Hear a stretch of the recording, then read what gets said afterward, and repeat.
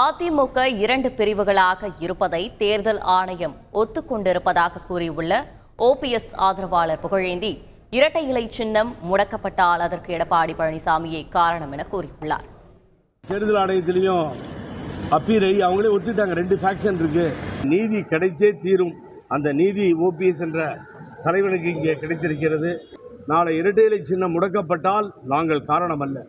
நாளை ஏதாவது அதுக்கு ஆகும், முடக்கப்படும் என்று சொன்னால் பழனிசாமி என்கின்ற தீய சக்தி தான் காரணமாக இருக்க முடியுமே தவிர வேறு யாரும் இருக்க முடியாது.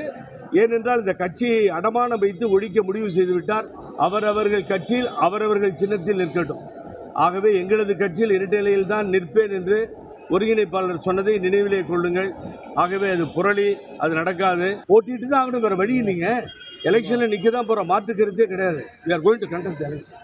அதனால் அது எந்த சிம்பு நியாயமாக கிடைக்கணும், கிடைக்கலனாலும் எலெக்ஷனில் நின்று தான் ஆகணும். அதை புறக்கணிக்க முடியாது. செய்திகளை உடனுக்குடன் தெரிந்து கொள்ள உடனே சப்ஸ்கிரைப் பண்ணுங்க.